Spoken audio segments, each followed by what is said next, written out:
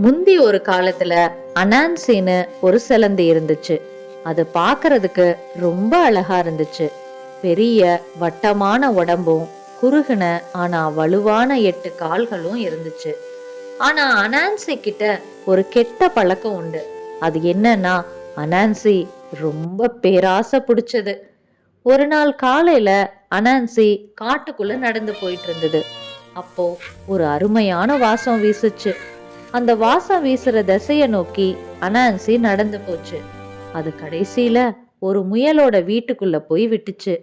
அங்க முயல் ஒரு பெரிய பாத்திரத்துல கீரையும் இனிப்பு உருளைக்கிழங்கும் சமைச்சிட்டு இருந்தது.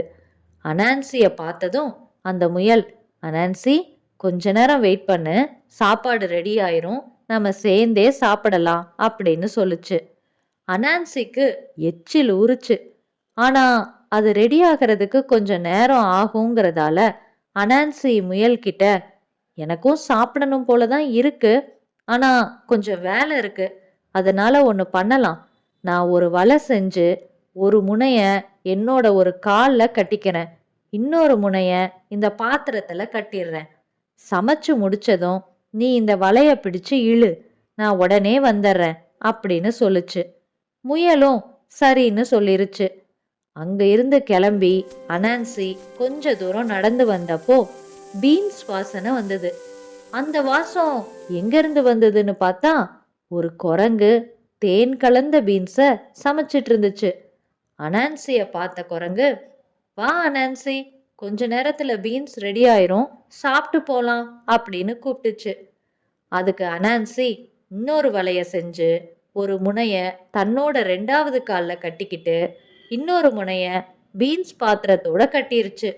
ரெடி ஆயிருச்சுன்னா அந்த வலைய பிடிச்சு இழுக்க சொல்லிட்டு அங்க இருந்து கிளம்பி போயிருச்சு. போற வழியில அடுத்ததா ஒரு பன்னி கிழங்கு சமைச்சிட்டு இருந்தத பார்த்துச்சு.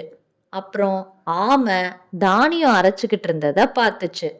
ஆடு சோளத்தை வாட்டிக்கிட்டு இருக்கிறத பார்த்துச்சு.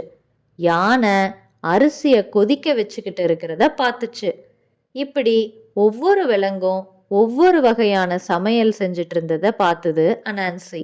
ஒவ்வொரு பாத்திரத்தோடையும் ஒரு வலைய கட்டி தன்னோட ஒவ்வொரு கால்கள்லையும் கட்டிக்கிச்சு. 8 கால்லையும் 8 வலை இருந்துச்சு. கொஞ்ச தூரம் போனதும் ஒரு புல்வெளியில உட்கார்ந்த அனான்சி, இன்னைக்கு நமக்கு விதவிதமான சாப்பாடு கிடைக்க போகுது அப்படின்னு நினைச்சு சந்தோஷப்பட்டுச்சு. அப்போ சாப்பாடு தயார் செஞ்சு முடிச்ச முயல் அனான்சியோட கால்ல கட்டியிருந்த வலைய பிடிச்சு இழுத்துச்சு. இப்படியே ஒவ்வொரு விலங்கும் சமையலை முடிச்சிட்டதால வலைய பிடிச்சு எல்லா விலங்குகளும் இழுக்க ஆரம்பிச்சது.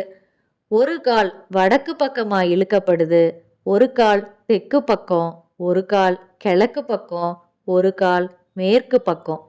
இப்படி எல்லா திசையில இருந்தும் அனான்சியோட கால்களை இழுத்தாங்க. அதனால அனான்சியால எந்த வீட்டுக்குமே போகவும் முடியல, எந்த சாப்பாடையும் சாப்பிடவும் முடியல. ஒரு கட்டத்துல அனான்சி அப்படியே சோர்ந்து போய் புல்லுல விழுந்துருச்சு.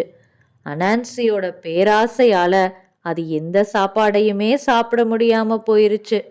சோ குட்டீஸ், நாம எந்த ஒரு விஷயத்தையும் அளவுக்கு அதிகமா ஆசைப்படக்கூடாது. அதுதான் பேராசை. அப்படி பேராசையோட இருந்தோம்னா நமக்கு கிடைக்கக்கூடிய சின்ன சின்ன நல்ல விஷயங்கள் கூட நமக்கு கிடைக்காம போயிரும். இந்த அனான்சி கதை எப்படி இருந்ததுங்கிறதையும், அடுத்து உங்களுக்கு என்ன கதை வேணுங்கிறதையும் கமெண்ட்ல சொல்லுங்க. உங்களுக்காக அந்த கதையை நாங்க போடுறோம். அது வரைக்கும் see you குட்டீஸ்.